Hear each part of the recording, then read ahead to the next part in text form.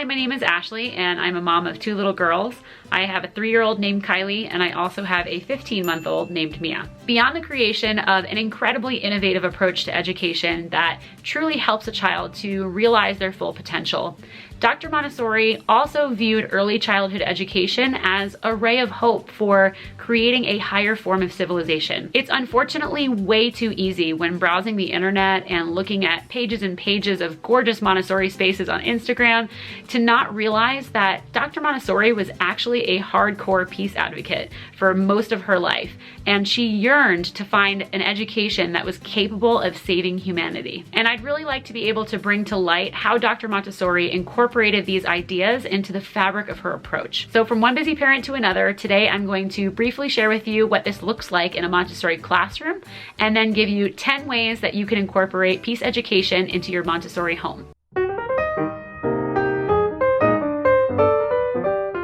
So peace education is actually a core part of the Montessori classroom curriculum, and it is sometimes referred to as the invisible curriculum because there are no shelf activities associated with it necessarily, but it is integral to the function of the classroom. Beginning in the preschool years, children in a Montessori classroom are offered learning materials that encourage them to learn about cultures across the world. However, peace education goes so much farther beyond that because it is incorporated into the workings, the everyday function of their classroom. The children are taught respect for their environment, how to take care of their materials, how to take care of the classroom itself.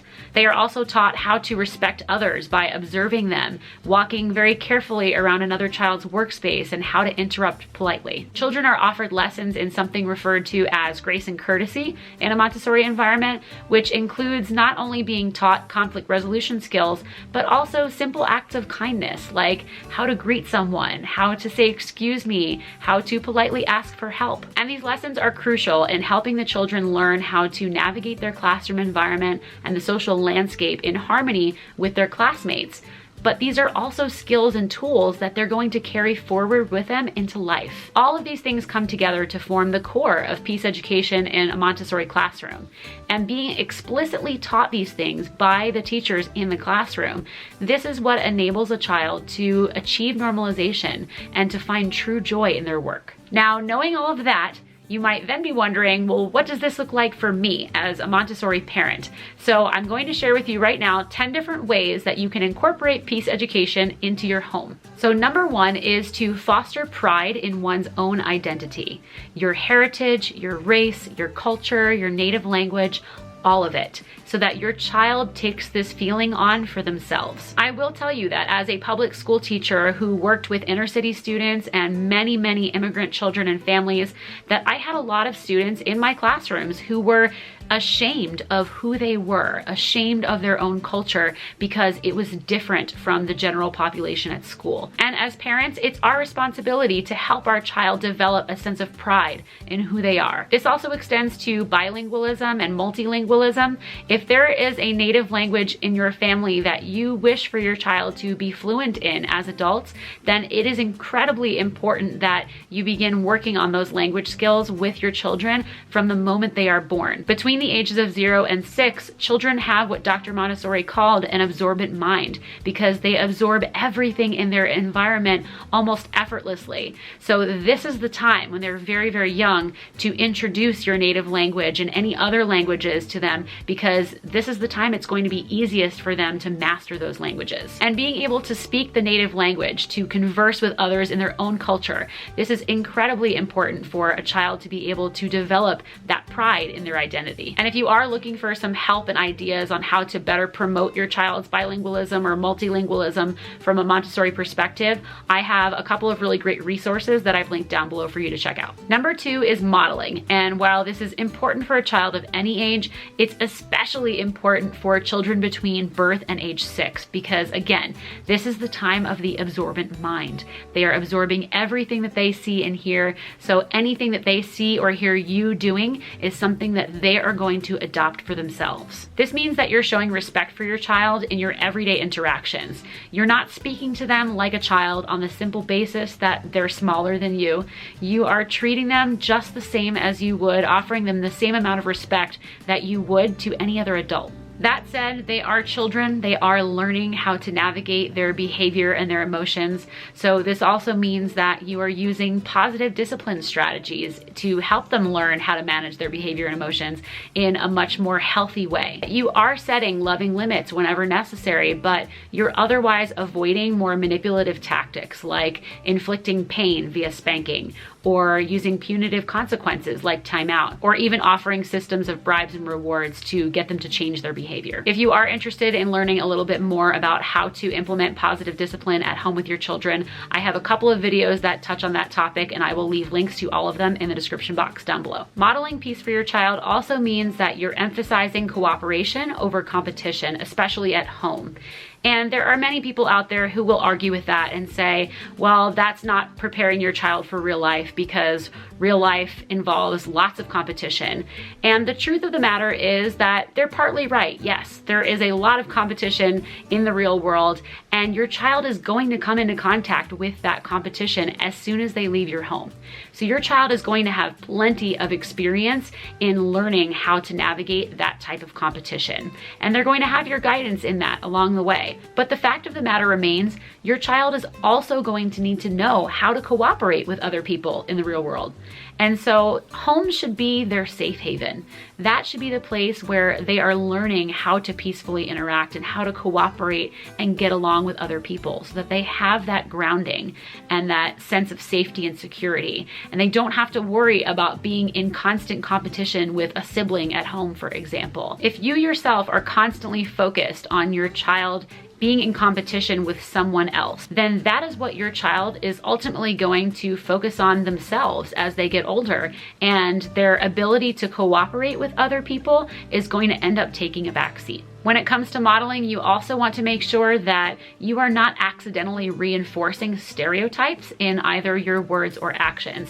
Because again, if your child hears that from you or they see those types of actions from you, then they are going to repeat them. And this one can be difficult sometimes because it does require a really hard look at perhaps some of the unintentional stereotypes that we are projecting onto our children that maybe we grew up with, and reassessing what that might look like instead. And it can be something as simple as accidentally reinforcing gender roles, like never buying your son a baby doll and a stroller because by societal norms, those are toys for girls.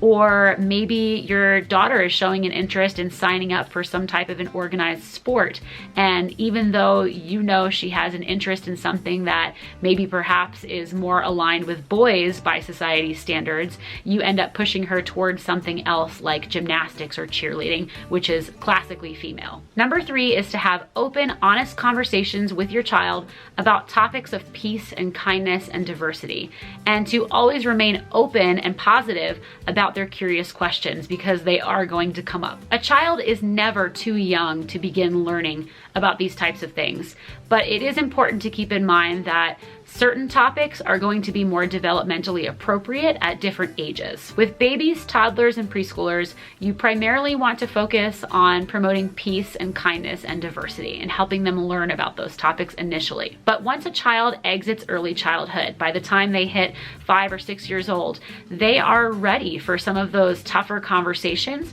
because their brain physiologically is much more developed at this point. They're able to think rationally, they're able to understand logic, and they're also able to process more abstract ideas like issues of identity and equity and bias and fairness and social justice even. Unfortunately, some children, especially children of color, they may need to have these conversations with you at a much younger age, sometimes even long before they're developmentally ready for them, because of something that has happened either out in the neighborhood, at daycare, at preschool. You may be faced with having these conversations much sooner than you might have wanted or anticipated. So it is going to be up to you ultimately, your parental discretion, in deciding when these conversations are going to be appropriate for your child specifically. And if you are looking for some resources to help guide these conversations and help answer some of their questions in a way that is appropriate for their age, there are some really great resources available online for free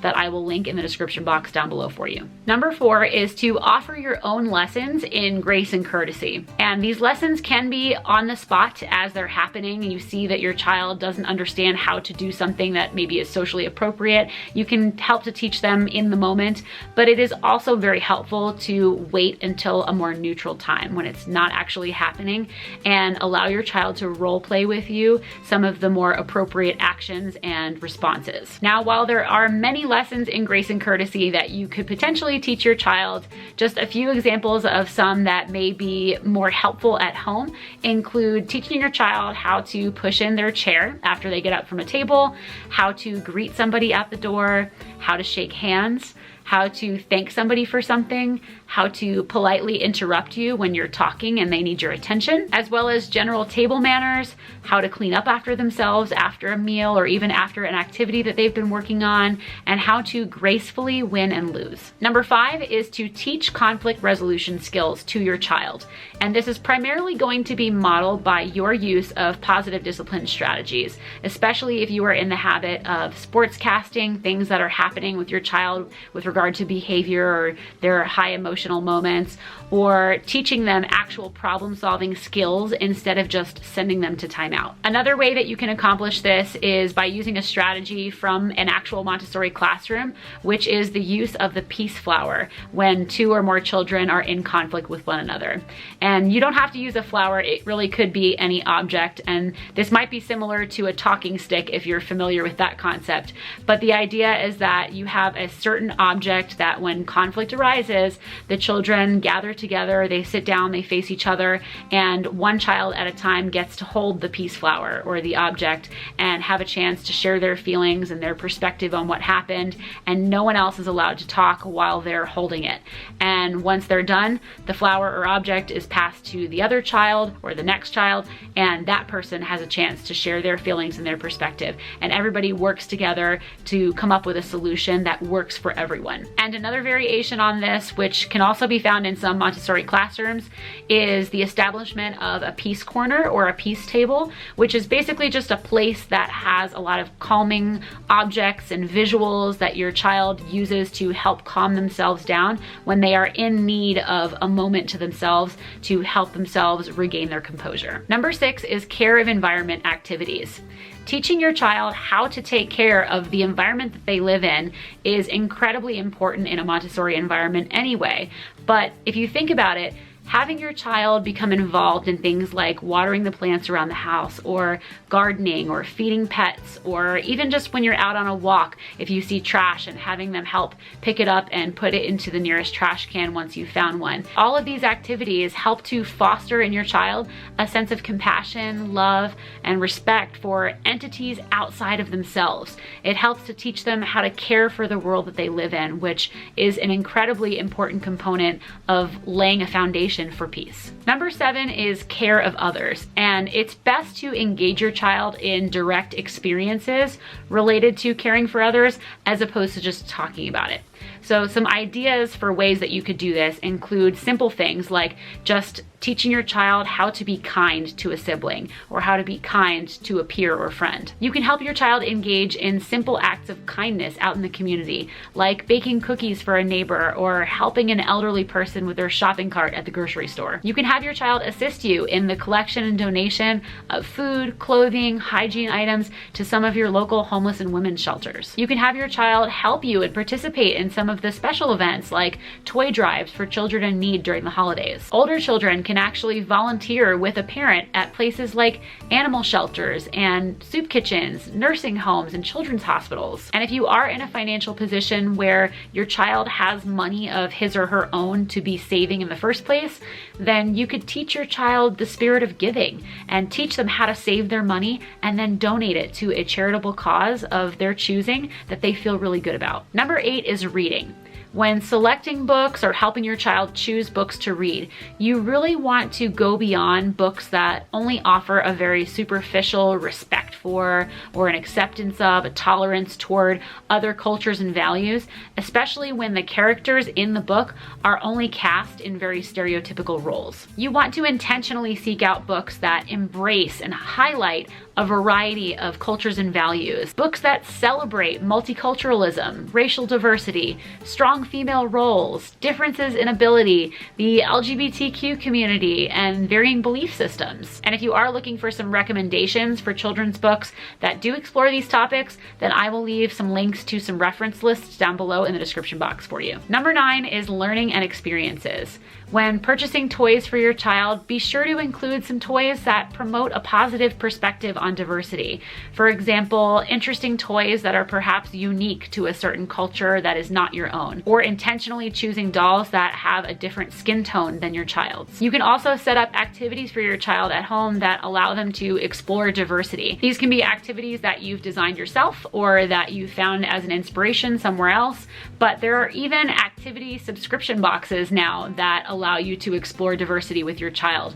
One of them that I can think of off the top of my head, because I've been looking into it myself, totally not sponsored at all, but it is loved by Montessori families worldwide. It's called Little Passports, and it's great because it sends your child a new box every month that allows them to explore and learn something new about different places and cultures all over the world. I will be sure to leave a link to it down below in case you're interested in checking it out. For older children who do have screen time, you can make sure that some of that time at least is being spent watching TV shows or movies that feature racially and culturally diverse characters, that foster messages of peace and kindness, and that are teaching them healthy social emotional skills. And of course, obviously steering completely clear of violence. You can take your child with you to visit local cultural fairs or even cultural museums around your town. If you have friends or family members who celebrate holidays outside of your culture, outside of ones that you personally celebrate, then maybe you might choose to celebrate with them. And if you are fortunate enough to have a budget for travel, having your child come with you to other places to experience, to immerse themselves in a different culture and experience someone else's values, that is the most direct way to help them learn a true appreciation for it. And number 10 is global pen pals. This is something that I thought of as a former teacher because it's something that I did with my students. There are a lot of really great resources online now available to help connect your child with a global pen pal somewhere else in the world. It's a wonderful way for them to establish friendship and connection with somebody from a different culture outside of their own. And it's just overall, it's an incredible experience for kids. I will be sure to leave some links and resources on how to find a global pen pal for your child in the description box down below if that is something that you're interested in exploring. So those are my 10 suggestions on ways to incorporate peace education into your Montessori home. And if you are interested in learning more about how to incorporate Montessori practices at home with your children, I do have a comprehensive e-course that you can check out that walks you through it step by step. So I will leave a link in the description box down below if you are interested in learning more about that. Just in case you are new to my channel, I wanted to let you know that this video is part of a much larger series called Montessori at Home, which is aimed at providing practical tips and advice for busy parents like you and I for implementing Montessori philosophies at home with children. So if that sounds like something that you're interested in learning more about, then you might consider subscribing to my channel. This way you don't miss a new video, because I do upload a new one just like this one every single week. Thank you so much for watching today, and I'll see you next time. Bye.